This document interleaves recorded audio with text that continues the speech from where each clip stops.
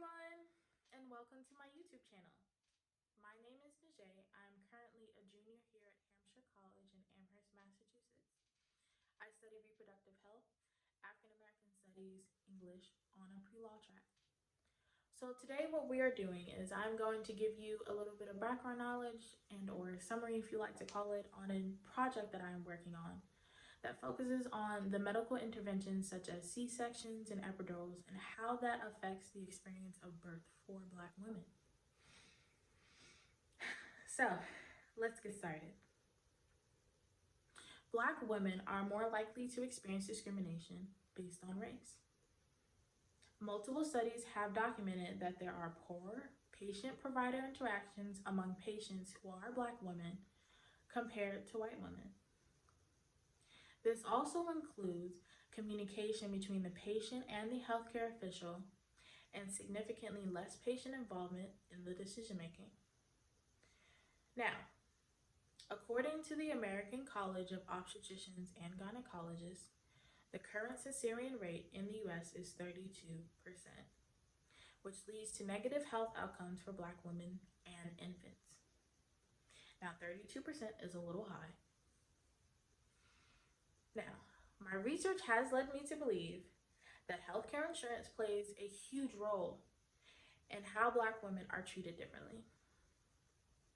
Women with private insurance may have a wider range of options, but working class women that have constraints such as transportation and or the ability to get time off work prohibits them from choosing the insurance provider they would like in order to afford better healthcare options. Now, women who have public insurance may not receive the proper education on childbirth classes and having a written birth plan.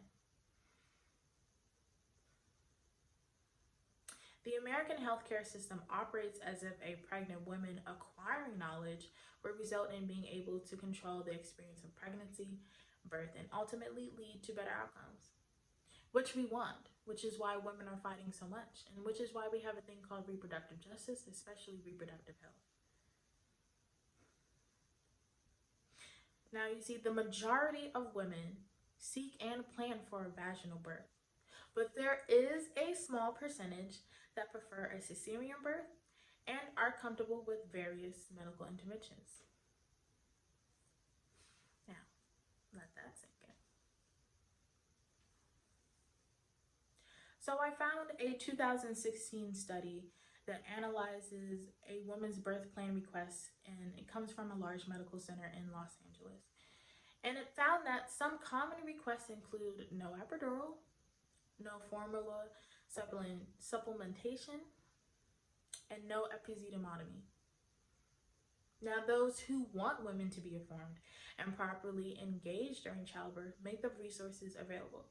However, women who expound upon that knowledge during their hospital visits threaten the routines that hospitals provide, which is why reproductive justice, especially reproductive health, is very, very important. You see, this is where patient-provider interactions become disruptive to a Black woman's health. White healthcare providers hold negative implicit racial biases and stereotypes against Black patients. One stereotype is that Black patients, but in particularly Black women whom are pregnant, are non-compliant. Black patients who follow up with questions after the recommendation of treatment are perceived as challenging and refusing of medical procedures.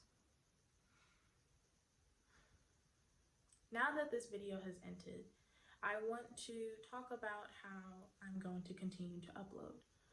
I will continue to upload videos on informational series such as these because it is a part of a larger project that I'm working on, which focuses on the reproductive health of Black women, the birthing experience of Black women, and how healthcare and government programs affect Black women having families, and how that further affect us as a Black community creating families as a whole.